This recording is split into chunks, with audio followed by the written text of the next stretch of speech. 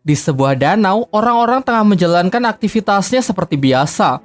Di sana ada seorang ayah yang mencoba menghibur anaknya dengan melakukan beberapa atraksi renang di danau itu.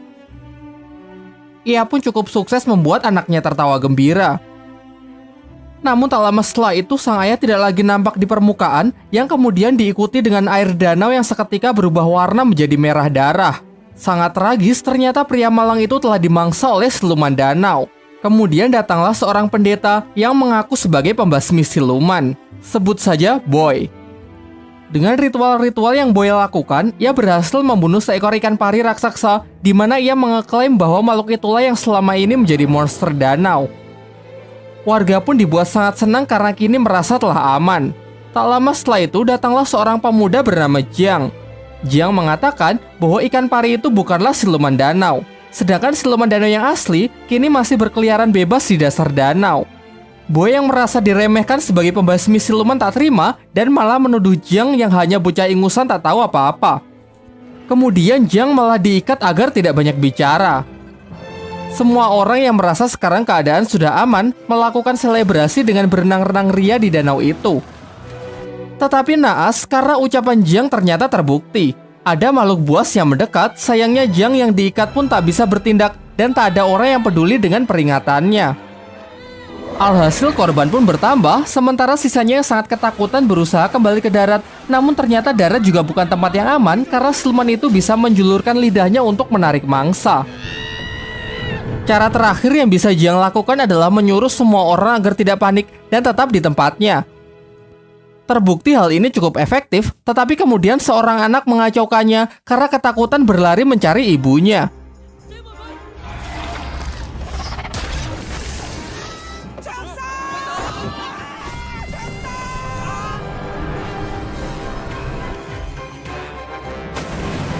Sang ibu yang tidak bisa menerima kenyataan itu pun frustasi dan menjeburkan dirinya ke danau untuk menantang siluman itu. Disinilah akhirnya siluman itu menampakkan dirinya yang ternyata memiliki wujud yang sangat menyeramkan.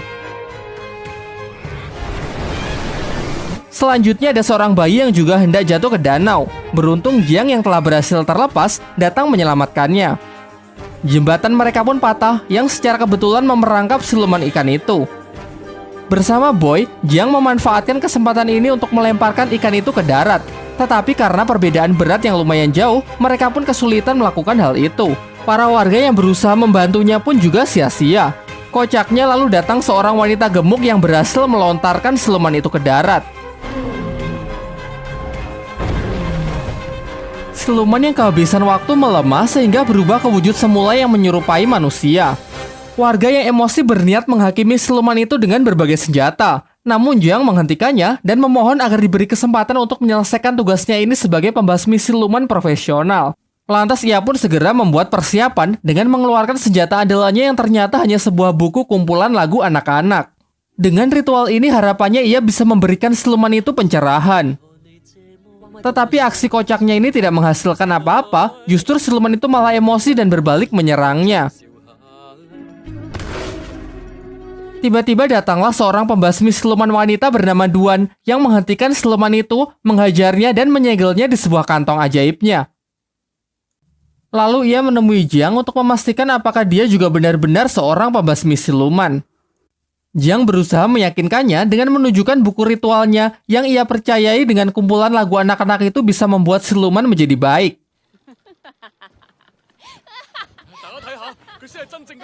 Jiang yang merasa sedih dan kecewa pergi menemui gurunya untuk menceritakan kegagalannya hari ini. Sang guru lalu menjelaskan bahwa siluman sungai yang baru saja ia hadapi dulunya adalah seorang manusia yang baik.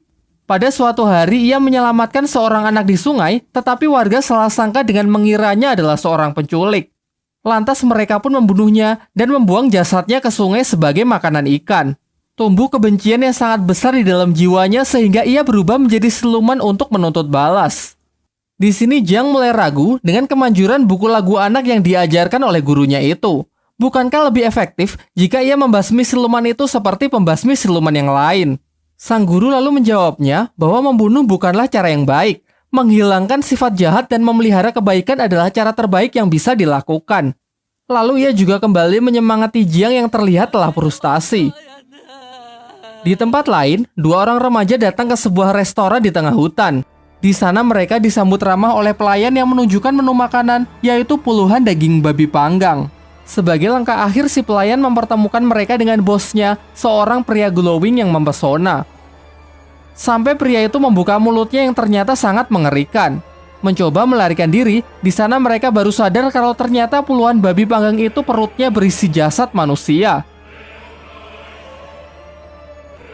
Beberapa lama setelahnya, Jiang juga mendatangi restoran itu. Di dalam, ia melihat para pengunjung lain yang sangat menikmati makanannya. Namun bagaimanapun juga ia ini adalah seorang pembasmi siluman.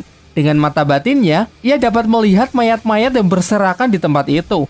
Ketika ditunjukkan menu babi panggang, dengan jelas ia melihat perut-perut babi itu dipenuhi oleh daging manusia. Kemudian Jiang memberitahu pelayan itu kalau dia ini adalah pembasmi siluman. Sampai pada akhirnya Jiang mengakhiri sandiwara itu dengan memukulnya. Tetapi nyatanya ia belum cukup kuat untuk bisa mengalahkannya. Beruntung Duang, si pembasmi siluman wanita sebelumnya datang untuk mengambil alih pertarungan. Dengan mudah ia dapat menghajar siluman-siluman itu dengan sangat brutal. Meskipun kalah jumlah, ia jauh lebih unggul dengan menggunakan gelang-gelangnya sebagai senjata untuk menghancurkan para siluman itu. Ternyata siluman-siluman itu hanyalah pemanasan. Sekarang tibalah akhirnya ia berhadapan dengan sang bos yang mampu mengimbanginya. Beberapa kali terkena serangan membuat siluman itu menampakkan wujud aslinya yang ternyata adalah jelmaan dari siluman babi hutan. Siluman ini pun tak mau kalah, ia pun mengeluarkan senjata andalannya yang mampu melukai Duan. Begitu ada kesempatan, Duan langsung menyuruh Jiang untuk membantunya dengan mencium siluman babi itu. Awalnya Jiang menolak karena melihat siluman itu memiliki wajah yang sangat mengerikan. Sampai secara tak sengaja ia melakukannya yang membuat siluman babi itu tersedot di dalam dirinya. Duan kemudian menciumnya, sehingga siluman ini kini beralih di tubuh Duan. Terakhir ia memasukkan siluman itu ke kantong ajaibnya. Namun sayangnya siluman itu sangat kuat, sehingga kantong andalannya itu pun hancur dibuatnya. Melihat situasi yang semakin mengkhawatirkan, mereka pun kabur meninggalkan tempat itu yang runtuh. Tiba di sebuah sungai yang aman, Duan membuka pakaiannya dan menyuruh Jiang menekan luka di dadanya untuk menghentikan pendarahan. Jiang yang memiliki cita-cita menjadi biksu pada awalnya menolaknya. Namun karena ini mendesak, ia pun dengan terpaksa melakukannya. Namun ternyata Duan memiliki perasaan yang lebih kepada Jiang, sehingga kini ia meminta Jiang untuk menciumnya. Tak ingin khilaf, Jiang pun menolak dan segera meninggalkan tempat itu. Besoknya Jiang kembali menemui gurunya. Sang guru menceritakan mengenai kisah dari siluman babi yang dihadapi Jiang. Siluman ini dulu adalah seorang pria baik hati bernama Gong. Tetapi semasa hidupnya, ia diperlakukan diskriminatif karena memiliki wajah yang sangat jelek seperti babi.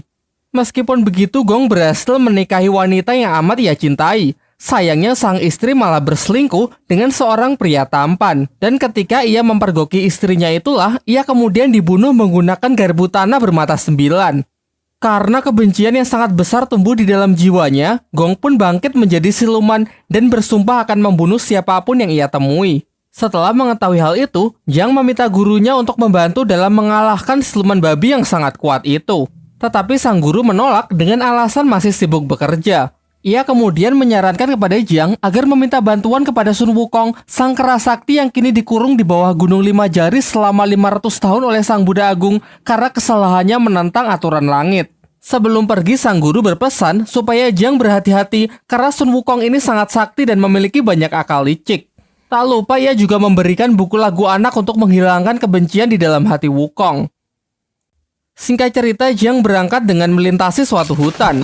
Tetapi di sana ia malah terperangkap oleh sebuah jebakan. Kemudian datanglah kereta pemilik jebakan itu. Mereka adalah sekelompok orang yang mengaku dari barat yang bertugas membunuh siluman sekaligus membunuh pembasmi siluman. Di dalam kereta itu juga keluar beberapa orang lagi yang menjadi tawanan dari geng ini. Geng ini lalu menginterogasi mereka satu-satu, dan jika ada yang terbukti terdapat pembasmi siluman, maka akan segera mereka eksekusi. Jiang yang ketakutan pun mulai ragu untuk mengakui profesinya. Tetapi kemudian Duan mendekat dan mengatakan kalau mereka ini adalah suami istri yang sedang bertengkar. Jiang mencarinya ke hutan, dan secara tak sengaja ia malah terperangkap. Demi untuk membuktikan hal itu, geng tersebut meminta mereka agar melakukan hubungan suami istri. Berbeda dari Duan yang sangat bersemangat, Jiang menolak karena ia adalah seorang biksu. Akhirnya karena tak ada pilihan lain, Jiang pun nyaris bersedia. Sampai ia menemukan sebuah fakta kalau ternyata senjata yang tertancap di tangan Duan hanyalah sebuah mainan. Dari sini pun terungkap bahwa ini adalah sandiwara dari Duan yang sangat mencintai Jiang. Secara terang-terangan ia ingin menikahinya, memiliki seorang anak dan hidup bahagia. Namun dengan tegas Jiang menolak karena ia menginginkan cinta yang lebih besar, yaitu cinta dari Sang Buddha Agung. Hal ini membuat Duan patah hati, kemudian memukuli Jiang, bahkan sampai mengurungnya. Hingga mereka dikejutkan oleh kedatangan Gong si siluman babi yang ingin menghabisi mereka. Lalu Duan meminta Jiang agar turun dari kereta karena ia ingin menabrakkan kereta itu ke siluman. Kereta itu pun hancur berkeping-keping. Jiang sangat cemas melihat Duan yang sepertinya terluka parah. Jiang merasa sedih dan seakan menyesali perbuatan ia sebelumnya. Namun lagi-lagi ini adalah sandiwara Duan untuk mengetahui isi hati Jiang yang sebenarnya. Gong yang terpental ternyata tak terluka sedikit pun dan siap melancarkan serangannya lagi. Beruntung datang seorang kesatria tangguh yang memiliki kekuatan hewan buas. Ia berhasil menandingi Gong yang membuat Gong ingin melarikan diri.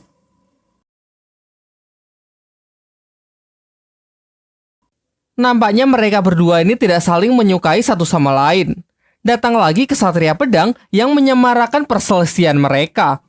Meskipun ketiganya adalah pembasmi siluman yang sangat sakti, tetapi mereka memiliki sikap sombong yang hanya mementingkan popularitas semata. Jiang yang merasa muak berniat pergi melanjutkan perjalanan. Kemudian Duan meminta agar diizinkan menemaninya, tetapi dengan tegas Jiang menolak dan malah menyalahkan Duan karena sudah menghambat perjalanannya. Duan yang merasa emosi merobek-robek buku lagu anak milik Jiang dan kemudian memukulinya. Tetapi itu tak mengubah sedikitpun pendiriannya sehingga ia tetap pergi. Singkat cerita, setelah melalui perjalanan yang lumayan sulit, tibalah Jiang di Gunung Lima Jari. Ia sangat yakin karena di sana terdapat patung Buddha Agung yang seperti dijelaskan oleh gurunya. Lalu dengan susah payah ia pun memanjat tebing yang curam itu hingga tiba di puncak. Suatu tempat indah yang dipenuhi oleh bunga teratai. Dari sekian banyaknya bunga, hanya satu yang memiliki warna berbeda dan dugaannya tepat bahwa ternyata itu adalah tempat di mana Sun Wukong dikurung. Berbeda dengan apa yang digambarkan gurunya, di sini Wukong bersikap sangat ramah kepada Jiang. Ia mengatakan kalau kebencian di dalam hatinya sudah lama hilang dan hanya menyisakan kebaikan dan keindahan. Lalu dengan senang hati ia ingin membantu Jiang dalam menjinakkan siluman babi. Ia menyuruh Jiang untuk mengambil sebuah jimat di tempat itu yang dikenal sebagai mantra api suci. Dengan benda itu, ia dapat menjinakkan siluman babi. Tetapi ternyata Jiang tidak mudah untuk ditipu. Ia menyadari kalau jimat itu adalah sebuah mantra yang digunakan oleh Sang Buddha untuk menyegel Wukong. Seketika sifat Wukong pun berubah 180 derajat yang memperlihatkan sifat aslinya sebagai siluman yang sangat berbahaya. Tetapi sepertinya Wukong memiliki mental illness. Secara paksa, ia mencoba keluar dari tempat itu yang membuat dirinya terkena siksaan cambuk dari kekuatan Sang Buddha. Jiang lalu menasihatinya, jika Wukong bersedia membantunya untuk menjinakkan siluman babi, maka dengan sendirinya kebaikan akan tumbuh di dalam jiwanya sehingga suatu saat ia bisa keluar dari tempat ini. Awalnya Wukong menolak, tetapi ia berubah pikiran setelah Jiang memberinya sebuah pisang. Wukong lalu menjelaskan bahwa siluman babi ini sangat menyukai pesona wanita yang menari di bawah sinar rembulan. Dengan cara itu, ia bisa memancing siluman babi ke tempat ini. Tetapi masalahnya, di sini tak ada wanita. Sampai Duan datang yang ternyata telah mengikuti Jiang karena merasa khawatir. Ya, meskipun Jiang masih terlihat kurang senang dengan kedatangannya. Tidak punya pilihan lain, Duan yang tidak bisa menari pun diajari beberapa gerakan oleh Wukong. Singkat cerita, di bawah cahaya rembulan Duan menari sembari diiringi musik oleh Jiang. Dari sinilah akhirnya Jiang menyadari bahwa Duan tidak seburuk yang ia pikirkan dan sedikit menyesali perkataan kasarnya sebelumnya. Akhirnya siluman babi itu pun terpancing untuk datang ke tempat itu. Wukong lalu memanggilnya untuk masuk ke dalam lubang dan dengan sihirnya ia berhasil mengubah wujud siluman babi itu menjadi babi kecil yang menggemaskan. Kini dengan mudah Duan pun bisa memasukkan siluman itu ke dalam kantong ajaibnya. Setelah semua itu usai, Duan kembali mengungkapkan perasaannya kepada Jiang. Ia memberikan cincin kepada Jiang sebagai bukti perasaannya. Namun sayangnya Jiang yang masih berharap menjadi biksu bersikeras menolaknya, bahkan sampai berniat menghancurkan jarinya sendiri. Duan yang merasa sangat patah hati akhirnya pun sadar bahwa cintanya memang bertepuk sebelah tangan dan kini ia tidak akan berharap lagi. Ketika mereka akan berpisah, Wukong mengatakan bahwa sudah lama ia tidak melihat indahnya cahaya rembulan karena terhalang oleh teratai putih. Jiang yang bersimpati mencabut teratai itu, tetapi ternyata itu adalah sebuah segel yang sebenarnya. Alhasil tempat itu pun runtuh dan kini Wukong berhasil terbebas. Ia menampakkan wujud aslinya dan berniat membunuh Jiang. Jiang yang sudah terpojok lalu berdoa kepada Sang Buddha yang membuat Wukong semakin emosi. Ia menyiksanya dengan mencabuti rambut Jiang sehingga membuatnya botak. Tak lama setelah itu datanglah 3 pembasmi siluman yang sebelumnya, yaitu Kesatria Hewan Buas, Kesatria Kaki, dan Kesatria Pedang. Pada awalnya Wukong diremehkan karena perawakannya yang sangat kecil. Mencoba unjuk kebolehan Kesatria Hewan Buas maju terlebih dahulu untuk melancarkan serangannya. Tetapi dengan mudah Wukong dapat mengatasinya dan malah memakan kesatria itu hidup-hidup. Giliran Kesatria Kaki yang menyerangnya menggunakan injakan telapak kaki raksasa. Pada awalnya ia sangat sombong dan yakin dengan kakinya itu dapat mengalahkan Wukong. Namun karena tubuh Wukong yang terlalu keras, kakinya pun malah berlubang. Terakhir Kesatria Pedang membuka kotaknya yang berisi beberapa pedang kecil. Dengan mantra yang ia rapalkan, pedang itu pun berubah menjadi sangat tajam dan langsung melesat ke arah Wukong. Wukong lalu menangkap pedang itu, namun ia malah ikut terlempar ke udara. Kesatria Pedang memanfaatkan kesempatan ini untuk mengeluarkan seluruh pedangnya dan menyerangnya secara bertubi-tubi. Lagi-lagi Wukong lebih unggul dengan bisa menghindari semua serangan itu. Lalu Kesatria menyatukan seluruh pedangnya untuk melancarkan serangan pamungkasnya. Meskipun Wukong gagal menangkisnya menggunakan Toya Sakti, tetapi dengan tubuhnya yang sangat keras pedang itu pun malah hancur berkeping-keping. Kemudian Wukong mendekat dan langsung membakar para pembasmi siluman itu hingga hancur menjadi debu. Kini tersisa Jiang sendirian yang akan dihabisi oleh Wukong. Tetapi kemudian Duan datang dan langsung menantang Wukong. Sayangnya apa daya level mereka terpaut terlalu jauh. Duan menerima serangan fatal dari Wukong yang membuatnya harus meregang nyawa. Di saat-saat terakhirnya, Duan mengatakan bahwa ia benar-benar tulus mencintai Jiang. Jiang membalasnya dengan mengatakan bahwa sebenarnya ia juga sudah lama jatuh cinta kepada Duan. Terakhir, Jiang mengabulkan keinginan yang selalu diminta oleh Duan, yaitu melakukan sebuah ciuman. Di sampingnya, Jiang melihat buku lagu anak-anak miliknya yang ternyata sudah Duan perbaiki. Jiang lalu membacanya, dan seketika seluruh lukanya pun sembuh, serta ia diselimuti oleh cahaya Sang Buddha. Dengan doa yang ia panjatkan, patung Sang Buddha pun bangkit kembali. Tetapi Wukong yang sangat emosi segera menghancurkan patung itu dengan hanya sekali pukulan.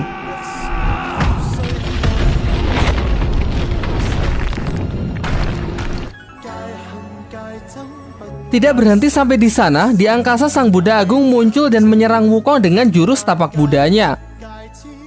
Wukong mencoba menahan sekuat tenaga hingga berubah ke wujud kera raksasanya. Tetapi nampaknya meskipun ia keras sakti sangat mustahil menahan serangan sekuat itu.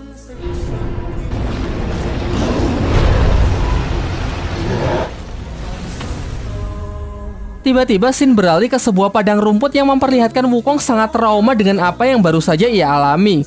Kemudian Jiang datang untuk menenangkannya sekaligus mengangkatnya sebagai murid. Serta ia memberikan gelang peninggalan Duan yang ia rubah menjadi sebuah mahkota. Singkat cerita, Guru Jiang memberikan sebuah tugas agar Jiang melakukan perjalanan spiritual untuk mengambil kitab suci di wilayah barat demi membebaskan umat manusia dari penderitaan. Namun karena perjalanan itu sangat berbahaya, dipenuhi rintangan dan hambatan sehingga Jiang harus ditemani oleh 3 muridnya, yaitu siluman ikan, Wukong, dan siluman babi. Tamat.